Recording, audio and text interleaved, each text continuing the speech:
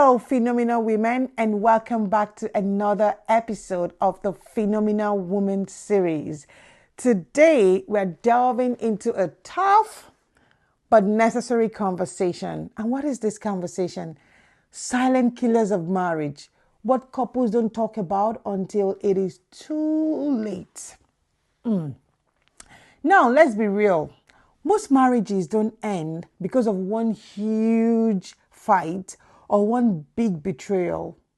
Many times, it is the little things we don't say, experiences we don't share, the issues we sweep under the carpet, and the emotions we bottle up that slowly eat away at the foundation of our homes. And by the time couples finally speak up, it feels like the damage is already done. Now, are we ready to talk about some of these silent killers? If you're ready, pull up your seats, get your popcorns, and let's talk about this. Point number 1, unspoken expectations. Most times, maybe all the time, we enter marriage with silent checklists. Maybe you expected him to always make you breakfast in bed every morning. Or he thought you would always have dinner ready whenever he's home from work. When those expectations aren't met and we don't talk about them, guess what creeps in? Resentment. A woman once shared with me how she silently waited for her husband to notice that she was overwhelmed, highly overwhelmed with the kids. But instead of saying anything to him, she kept piling frustrations until one day, boom, she exploded. And her husband was shocked because he honestly didn't know what she expected of him. Unspoken expectations are like unpaid bills. They accumulate with interest. That is not where you want to go. Point number 2, poor communication. Have you ever had an argument where you just went silent? Not because you had nothing to say, but because you felt it wasn't worth it.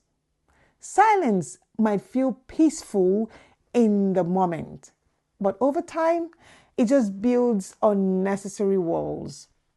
Sometimes we assume our spouse should just know it. You should just know it. They should know what we are feeling. But here's the truth. Your spouse is not the Holy Spirit. He's not a mind reader, for crying out loud. Unsaid words are a breeding ground for misunderstanding. You just have to say it. Use your word. Point number 3, unforgiveness. Little offenses add up. Oh, he forgot your birthday. Oh, she dismissed your idea. He says something harsh and you thought, it's fine, I'll just let go. But in reality, you're storing it. And one day, something very small, like him leaving socks on the floor, just triggers an outburst. The outburst that doesn't have anything to do with the socks. Forgiveness is not just for the big betrayals. Trust me, it is for the small daily disappointments too. Point number 4, financial secrets and stress. Let's be honest, money can be very touchy. Some couples hide purchases and all that, debts, investment, or even savings.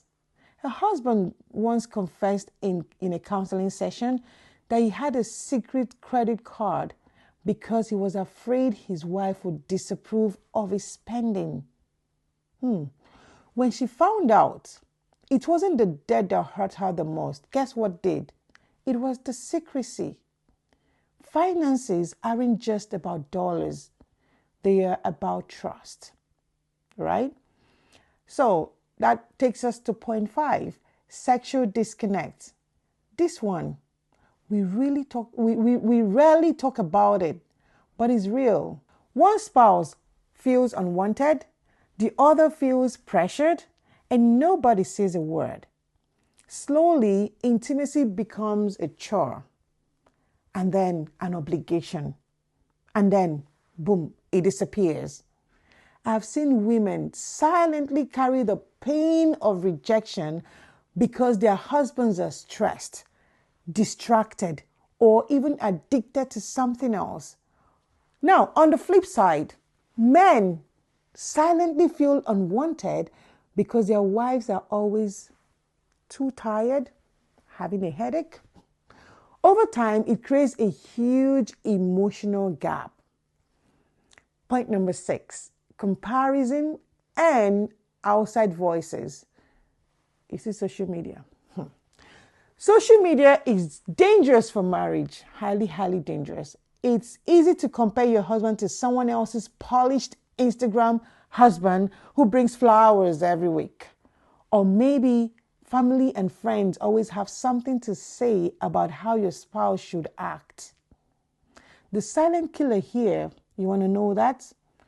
We stop appreciating who we married and start resenting who they are not. Anyway, point number 7, neglect and emotional distance. Sometimes marriage doesn't die because of fighting. It dies because of neglect. You stop laughing together. You stop sharing your dreams. You stop checking in on each other's hearts. One wife told me, "We didn't break up because we hated each other. We broke up because we became strangers living in the same house." That's what happens when you stop investing emotionally. You need to take this point very seriously. Well, let's talk about the solutions and practical steps to dealing with all of this. So, how do we prevent these silent killers? Number 1, what we tell children, talk. Use your words. Talk regularly. Don't wait until there is a fight. Have weekly check-ins. How are we doing? Is there something you need from me? Is there something you want me to do? Stuff like that. Be transparent about money, feelings, and struggles. Don't keep it to yourself. Practice daily forgiveness. Don't let offenses pile up. Pray together. Now, even if it's just 2 minutes a day, pray together. Prayer keeps the heart soft. Pray together. Keep dating. No matter how long you've been married, some will say, "Oh, we've been married for 20 years, so there's no need." No, keep dating. Don't stop pursuing each other. You know why? Because marriage isn't destroyed overnight. It dies slowly when we stop talking. So, phenomenal woman, I want to leave you with this. Healing begins with one honest conversation, just one. And it doesn't matter who starts it up. The man can, the woman can. Don't let silence be the thing that drowns your marriage. And let's help more couples build marriages that last. Okay? Until next week, keep being phenomenal. I remain your host, IJ Opoga, for the Phenomenal Woman series. Bye.